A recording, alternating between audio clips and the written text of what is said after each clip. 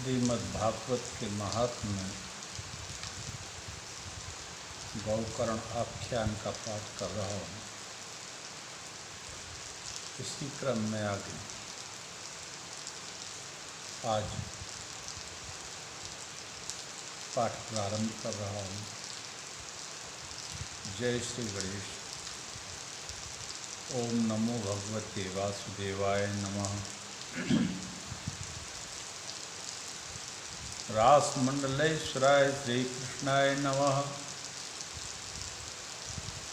ओम पूर्णमदः पूर्णमिदं पूर्णात् पूर्णमुदच्यते पूर्णस्य पूर्णमादाय पूर्णमेवावशिष्यते। नमोस्तु रामाय स लक्ष्मणाय देव्यै च तस्यै जनकात्मजायै। नमोस्तु रुद्रेन्द्रगणामरुद्यो नमोस्तु चन्द्राग्निमरुद्गणेभ्यः।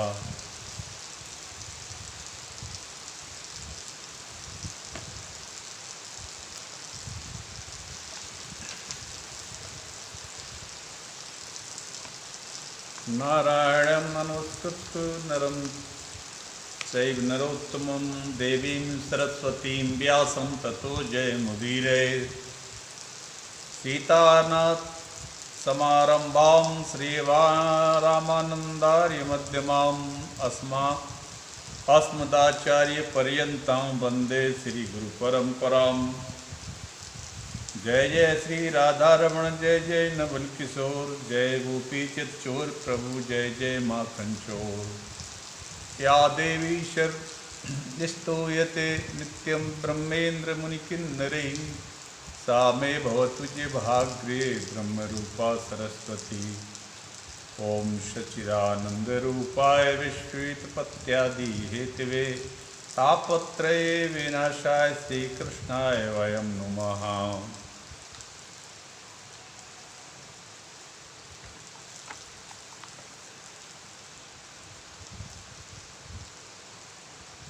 धन्या भागवती वार्ता प्रेत पीड़ा विनाशिनी सप्ताहो अपि तथा धन्या कृष्ण लोक फलप्रदा।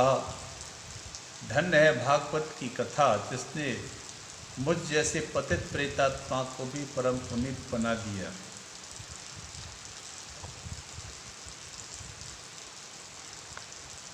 अरे सब प्रकार के पापों को भस्म करने वाली इस कथा में भला कौन सा अवगाहन नहीं करना चाहेगा। यह शरीर तो नासवान है, प्रातः जो भोजन करते हैं वह शाम तक बुझ जाता है। ऐसे अन्न से बनी हुई इस काया कितने दिन तक टिकेगी। ऐसी अनित्य काया को पाकर जो नित्य शाश्वत परम तत्व को जान ले उसी मानव की मानवता सार्थक है।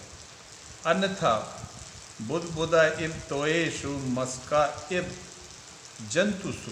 पानी में बुलबुला पैदा हुआ और फूट गया, मच्छर पैदा हुए और मर गए, ऐसे ही मानव शरीर पाकर खाने पीने और सोने में ही समय समाप्त करके चले गए तो उसमें और हम में क्या अंतर रहा।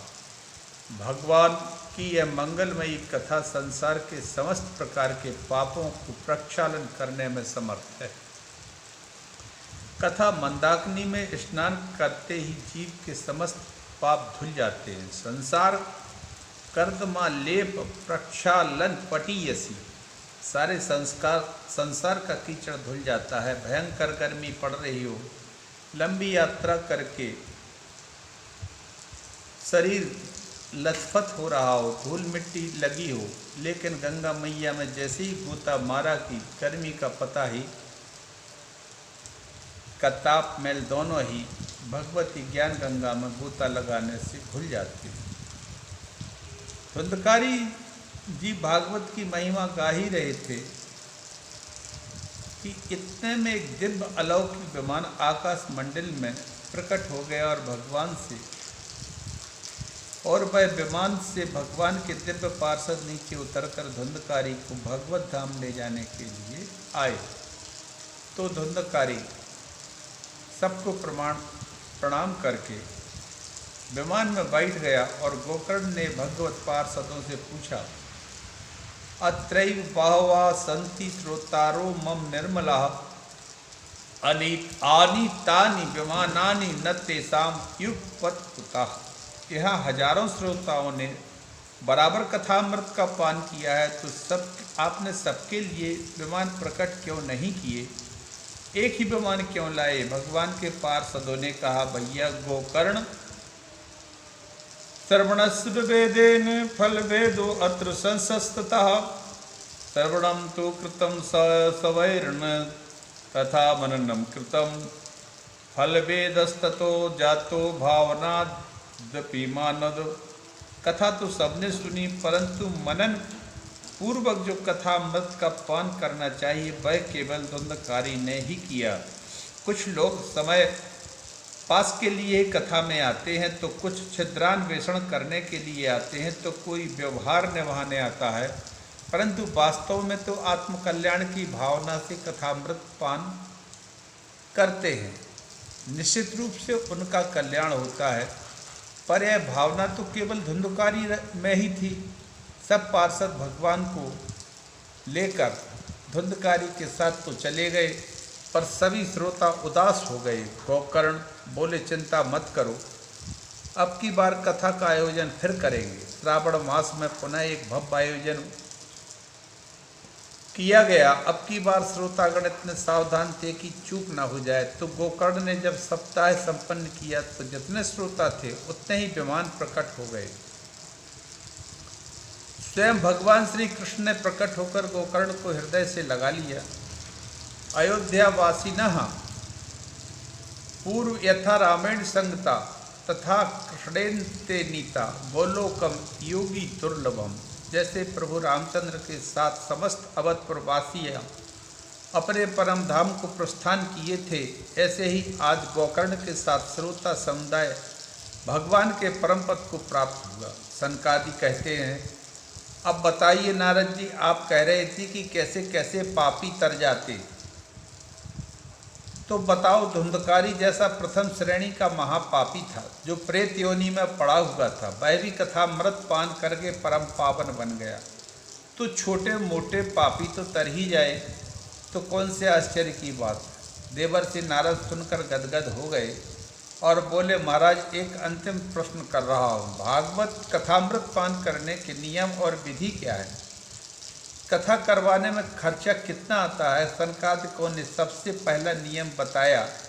प्रायः लोग यही ज़्यादा पूछते हैं, महाराज, कथा करवाने का मन तो बहुत है, पर इसमें खर्चा कितना आता है? तो वही खर्चा सनकादिकों ने सबसे पहले बताया। विवाहे यादृशम वित्तम तादृशम परिकल्पयेत। जैसे हम बेटी के विवाह की तैयारी धूमधाम से अपनी सामर्थ्य के अनुसार करते हैं, वैसे ही भागवत का समारोह अपनी सामर्थ्य के अनुसार भव्य, दिव्य और बृहत करना चाहिए।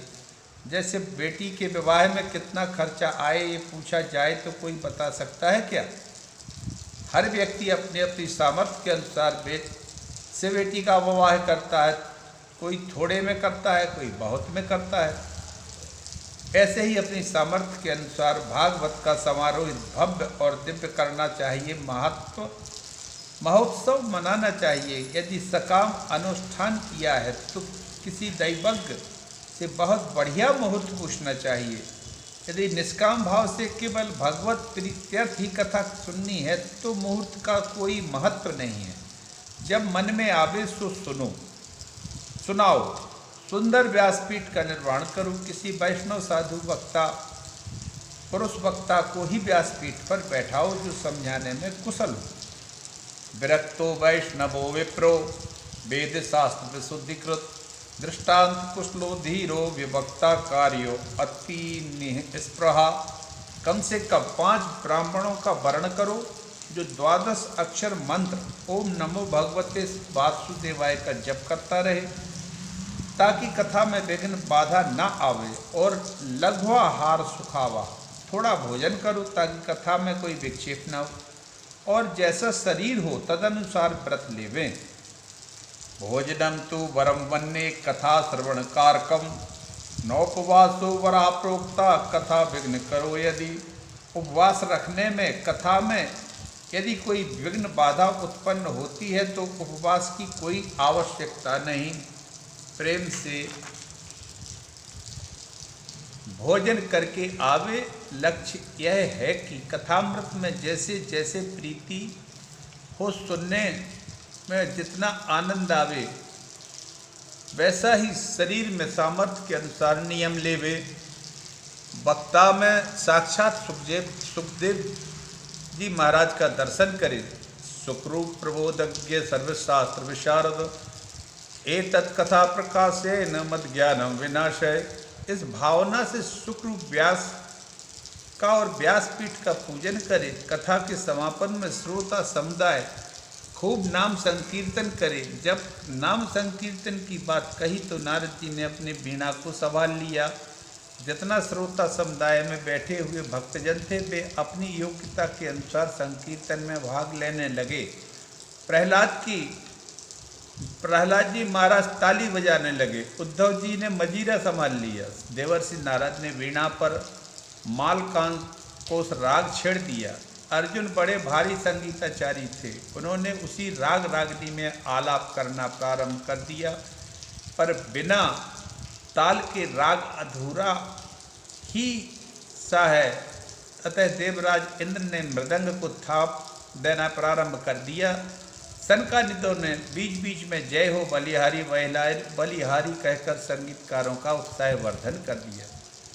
कहा ही सुनहि अनुमोदन करहीं। सनकादिक मुनि सबका अनुमोदन कर रहे हैं। उसी क्षण सभी श्रोताओं के मध्य व्यास नंदन भगवान सुखदेव जी प्रकट हो गए और वह श्रीमद् भागवत के श्लोकों को अपने मधुर कंठ से गुनगुनाते हुए आनंद में झूमने लगे। अद्भुत अलौकिक संकीर्तन होने लगा। सुखदेव जी महाराज की जय। प्रहलाद तालधारी सरल गति तया चोद्धव कांसधारी वीणाधारी सुरर्षि स्वर कुशल तया राग करतार्जुनो अभूत इंद्रो अवादिन मृदंगम जय जय शुक्रा कीर्तन ते कुमाराय यन्नाग्रे भवक्ता सरचनया व्यास पुत्रो भवो। संगीत के 3 अंग हैं, गायन, वादन, नृत्य। गायन वादन करने वाले तो महापुरुष बहुत देख रहे पर नाचने वाला कोई नजर नहीं आता था। तो उस कमी की पूर्ण करने के लिए भक्ति महारानी अपने दोनों पुत्रों का हाथ पकड़कर संत समुदाय के बीच में प्रकट हो जाती हैं और ता थैया करके भाव में डूबकर नाच उठी। अब भक्ति ही जहाँ प्रकट हो जाए तब तो फिर वहाँ की कोई बात कह ही नहीं सकते। वहाँ तो भक्ति और प्रभु की लीला का वर्णन जहाँ हो रहा हो वहाँ तो दिव्य आनंद, दिव्य लोक ही उपस्थित हो जाता है। ननर्त मध्ये त्रिकमेयो तत्र भक्त्यादिकानां नतबत सुतेज दशाम अलौकिकम कीर्तन मेत दीक्ष हरि प्रसन्नो अपि वचो ब्रवीत। हरिद्वार में गंगा के आनंद तट पर अलौकिक कीर्तन प्रारंभ हो गया। कोई ताली बजा रहा है, कोई नाच रहा, कोई वीणा बजा रहा है, कोई मजीरा बजा रहा है, कोई अपने मधुर कंठ से आलाप कर रहा है, कोई मृदंग पर थाप दे रहा है। समस्त श्रोता समुदाय, संत समुदाय, भक्त समुदाय झूम झूम कर इस संकीर्तन में नाच रहे हैं, गा रहे हैं। आइए हम आप भी अपने मन को भगवान के इस मंगलमय नाम संकीर्तन में समर्पित कर दें। कीर्तन। निकुंज में विराजे घनश्याम राधे राधे। निकुंज में विराजे घनश्याम राधे राधे। अदृढ़ं च हतं ज्ञानं प्रमादेन हतं श्रुतं संदिग्ध ही हतो मंत्रा व्यग्र चित्तो हतो जपः। ज्ञान में दृढ़ता नहीं है तो फिर वो उतना प्रभावशाली नहीं रहता है, खत्म हो जाता है।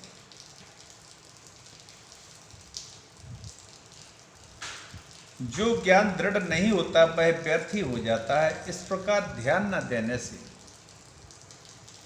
श्रवण का, संदेह करने से मंत्र का, संदेह रहेगा तो मंत्र सिद्ध ही नहीं होगा। काहे को होना है, ये काम होना कि नहीं होना। एक सेंटिमेंटल लाइफ, सेंटिमेंटल जीवन और सेंटिमेंटल ध्यान, ये सब पूरे होने ना होने से वो सब व्यर्थ चले जाते हैं कुल मिला के। और चित्त का इधर उधर भटकते रहने से जब का कोई भी फल प्राप्त नहीं होता। वैष्णवहीन देश, अपात्र को करा हुआ श्राद्ध का भोजन, असूत्री को दिया हुआ दान, आचारहीन कुल, इन सब का नाश हो जाता है।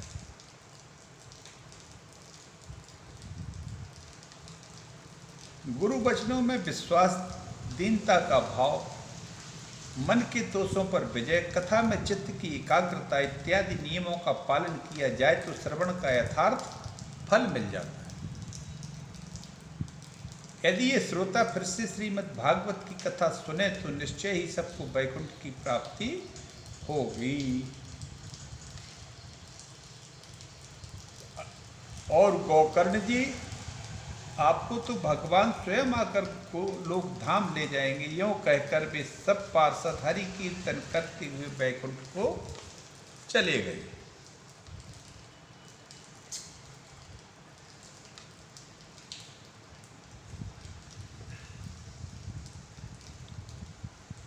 हरि ओम तत्सत। ओम नमो भगवते वासुदेवाय।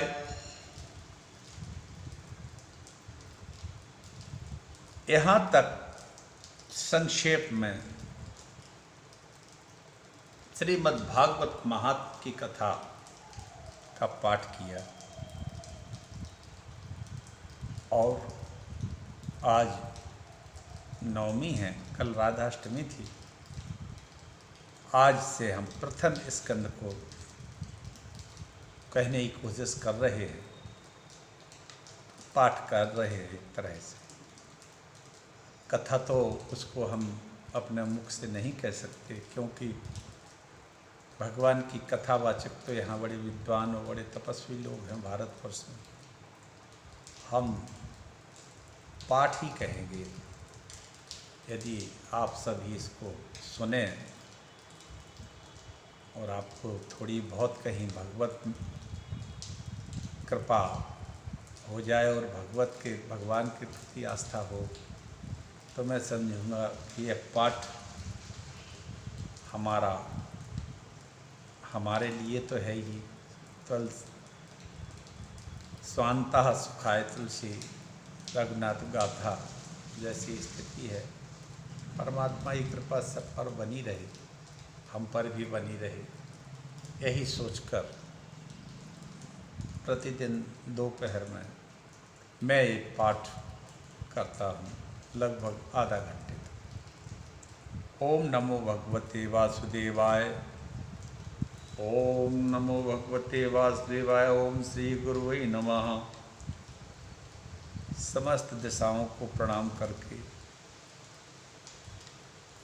सभी देवताओं को प्रणाम करके प्रथम स्कंद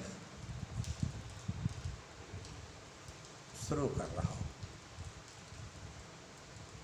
ओम सच्चिदानंद रूपाय विश्वेशपत्यादि हेतवे तापत्रय विनाशाय श्री कृष्णाय वयं नमः। ओम जन्माद्यस अतो अन्वयादिरतश्चार्थेषु विज्ञास्वरात् तेने ब्रह्म हृदयादिकवे मुह्यन्ति यत्सूर्यः तेजो पारिमृदां यथा विनिमयो यत्र श्रीत्रिसर्गोऽंसा धाम्ना स्वेन सदा नृस्तक्वह्यं सत्यं परं धीमहि। श्री कृष्ण द्वैपायन व्यास जी ने श्रीमद् भागवत जी की रचना करके जब श्री नारायण प्रभु को दिखाई तो प्रभु ने पूछा, इस ग्रंथ का नाम क्या है? व्यास जी ने कहा, भागवत। इसका अर्थ है भागवत, भगवत प्रोक्तम भागवतम, भगवता प्रोक्तम। भागवतम भगवान का कहा हुआ है, इसमें भगवान की महिमा है। वहाँ श्री लक्ष्मी जी बैठी थीं, वे बोली, इस ग्रंथ में मेरा नाम तो आया ही नहीं।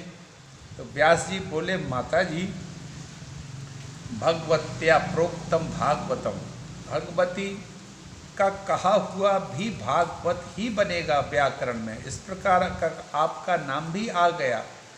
लक्ष्मी जी बोली, ऐसे नहीं, स्पष्ट नाम आना चाहिए। हमारा तो व्यास जी ने उसमें श्रीमद और जोड़ दिया। आहा, कितनी अच्छी बात, श्रीमद जोड़ दिया, वाह। भागवत के आगे श्रीमद जोड़ने से लक्ष्मी जी तो उसमें प्रथम पहले तो जुड़ी ही गई। लक्ष्मी जी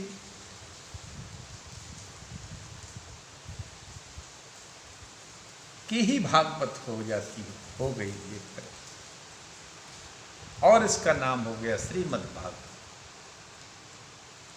इस ग्रंथ का स्वारंभ जन्माद्यस्यतः इस ब्रह्म सूत्र से किया गया है। व्यास जी बताना चाहते हैं कि इस ग्रंथ में हम वैदिक सूत्रों की ही व्याख्या करने जा रहे हैं। अर्थो अयम ब्रह्म सूत्राणाम भारतार्थ निर्णय गायत्री भाष्य भूतो असौ वेदार्थ परिबृहतः वेदार्थादिकम मन्ये पुराणार्थम वरानने वेदा प्रतिष्ठिता सर्वे पुराणे नात्र संशयः पुराणानां वांसां रूपं साक्षात् भगवतोदितः ग्रंथो अष्टादशसहस्र श्रीमद्भागवत वेदः। श्रीमद् भागवत के मंगलाचरण की महापुरुषों ने अनेक व्याख्याएं की हैं। आइए हम श्रीधर स्वामी पाद जी के प्रमुख टीकाकारों में जाने जाते हैं, जो श्रीधर स्वामी जी, उनके अनुसार जो मूल अर्थ है तदनुसार व्याख्या श्रवण करें। जन्माद्यस्यतः अस्य विश्वस्य यतो यस्मात् जन्म स्थिति भंगा भवन्ति, इस विश्व की जिससे उत्पत्ति पालन अंत में जिसमें यह लीन हो जाता है, उस परम सत्य परमात्मा का हम ध्यान करते हैं। यतो वा इमानि भूतानि जायन्ते येन जातानि जीवन्ति यत् प्रत्यभिः संविशन्ति। जो श्रुति इस तत्व का प्रतिपादन करती है उसी को व्यास जी ने प्रतिपादन किया। संसार के सभी पदार्थों में अन्वित है। पदार्थ परस्पर व्यावृत है, पदार्थों का परस्पर व्यतिरेक है। घटपट नहीं हो सकता, किंतु परमात्मा संपूर्ण पदार्थों में अनुगत है। अन्वयादि तरतः कोई कहे, क्या सांख्यों की प्रकृति वाले तो मानते हैं कि प्रकृति जगत में व्यापक है, तो कहते हैं नहीं, प्रकृति तो जड़ है। हम तो अभिज्ञा उस परम चेतना परमात्मा का ध्यान करते हैं जो स्वयं स्वतः सिद्ध ज्ञानवान है। स्वराट तो क्या ब्रह्मा नहीं, ब्रह्मा जी को जिन्होंने अपने संकल्प मात्र से वेदों का रहस्य प्रदान किया, तेन ब्रह्मा हृदय आदि कवये, जिन वेदों के विषय में बड़े बड़े ज्ञानी मोहित हो जाते हैं, यो ब्रह्माणम विदधाति पूर्वम यो वै वेदांश प्रहिणोति तस्मै। जिस भगवान के स्वरूप में तरुणात्म संसार सूर्य की किरणों में जैसे जल प्रतीति मिथ्या, संसार भी सत्य व्रत प्रतीत होता है, जो अपने स्वरूप की महिमा से निरस्त को हम संसार के पदार्थों में सर्वथा विरक्त है। माया और माया के कारणों से जो सदा असंगत है, उन परम सत्य परमात्मा का हम ध्यान करते हैं। इस प्रकार आपने वेदांत परक श्री स्वामी श्रीधर जी के अनुसार श्री मद्भागवत की व्याख्या श्रवण की।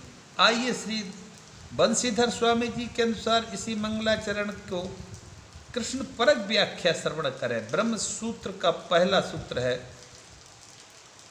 अथातो ब्रह्म जिज्ञासा, और दूसरा सूत्र जन्माद्यस्यतः। इसी ब्रह्म सूत्र से श्रीमद् भागवत का शुभारंभ किया गया है। तो हम आप भी भगवान का ध्यान करें। विद्वानों ने श्रीमद् भागवत के इस मंगलाचरण के अनेक अर्थ किए हैं। सभी ने अपने अपने इष्ट का इसमें बंधन किया। हम भी अपने इष्ट भगवान श्री कृष्ण का ध्यान करें। जन्माद्यस्य अतो अन्वयादिरतरतश्चार्थेषु विज्ञासुराट् तेने ब्रह्म हृदयादि कवये मुह्यन्ति यत्सूर्यः तेजो वारिमृदां यथा विनिमयो यत्र त्रिसर्गो अमृषा धाम्ना स्वेन सदा कुह्यकं सत्यम परम धीमहि।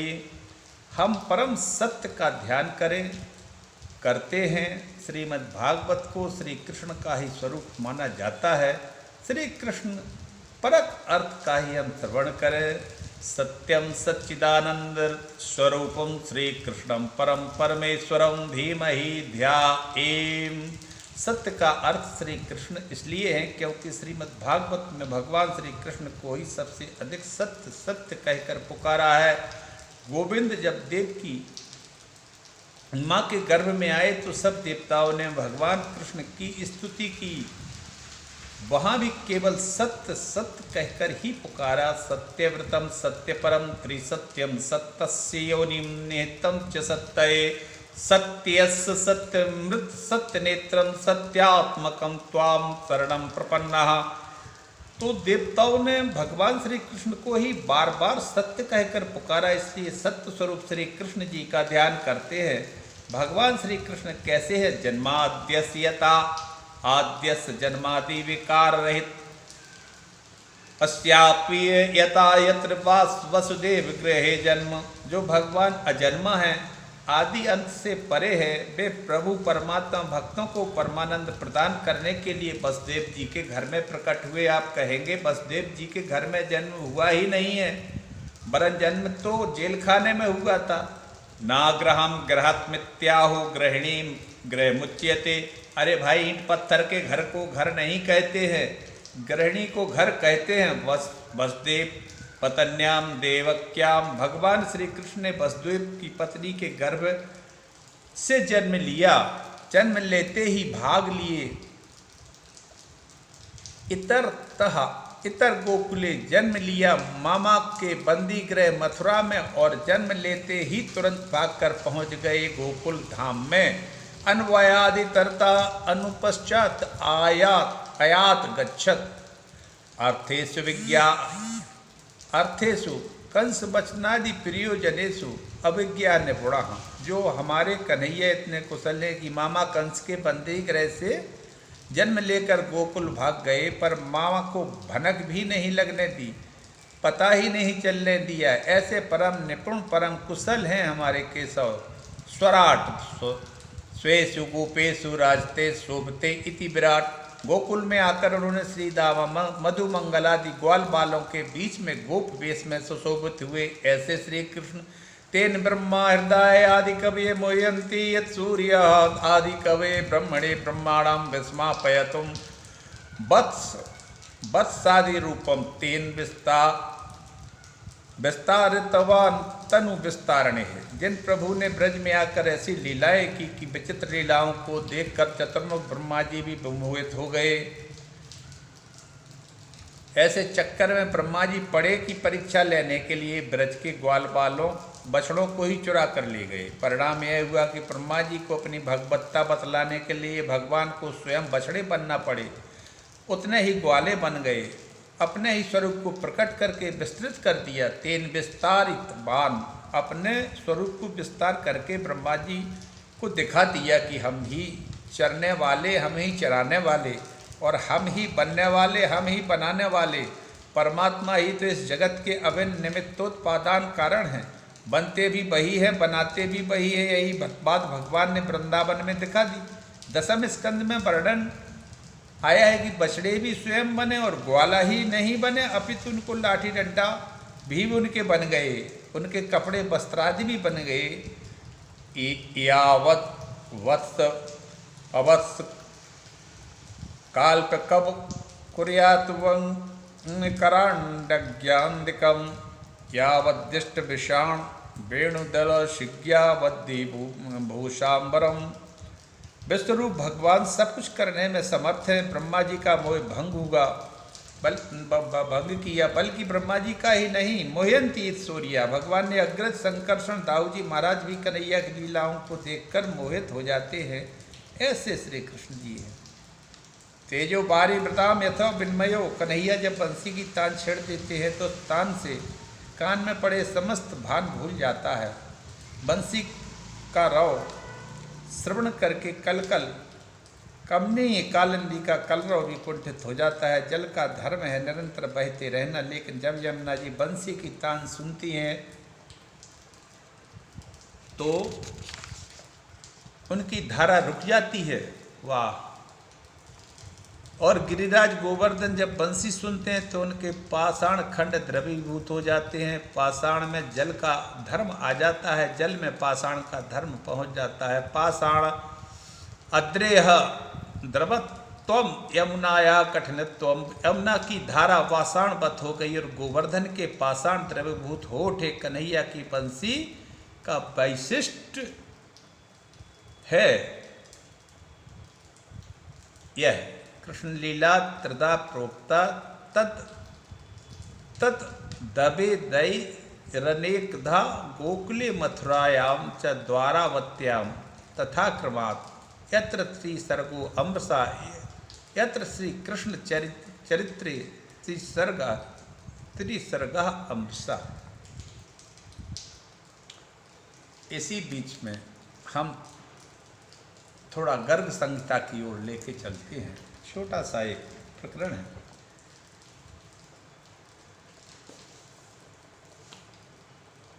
भगवान श्री कृष्ण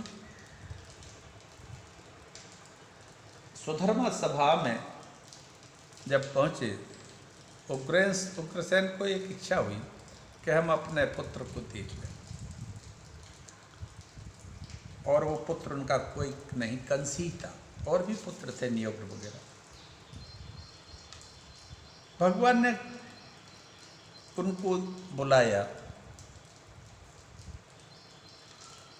कंस और उनके भाई वगैरह साथ में सभी आए और भगवान बोले कि ये उग्रसेन है तुम्हारे पिता, आप मिलना चाहते हैं, आप उनको देख लो। कंस चतुर्भुज स्वरूप में थे भगवान के श्री प्रज्ञा जैसे। ये गर्ग संहिता में गर्गाचार्य जी ने बड़ा अच्छा लिखा है। कंस ने कहा, नाथ आपकी माया से संसार चक्र में घूमते हुए, कंस कह रहा है प्रभु श्री हरि से कि आपकी माया के से संसार में चक्र में घूमते हुए ऐसे पिता और माताएं बहुत हमें प्राप्त हो चुकी हैं प्रभु। हे श्री हरि, आप ही जीव मात्र के वास्तविक पिता हैं, ऐसी सनातन श्रुति है। अतः हम लोग आपके निकट रहकर अब दूसरे किसी माता पिता को नहीं देखना चाहेंगे, न देखेंगे। वाह, कितनी सुंदर बात। जो भगवान श्री हरि के दर्शन करे, माता राधा माता के दर्शन करे, वो लोग को एक माता पिता को क्या देखे, क्योंकि वास्तव में संसार के माता पिता तो वही। पूर्व काल में युद्ध के समय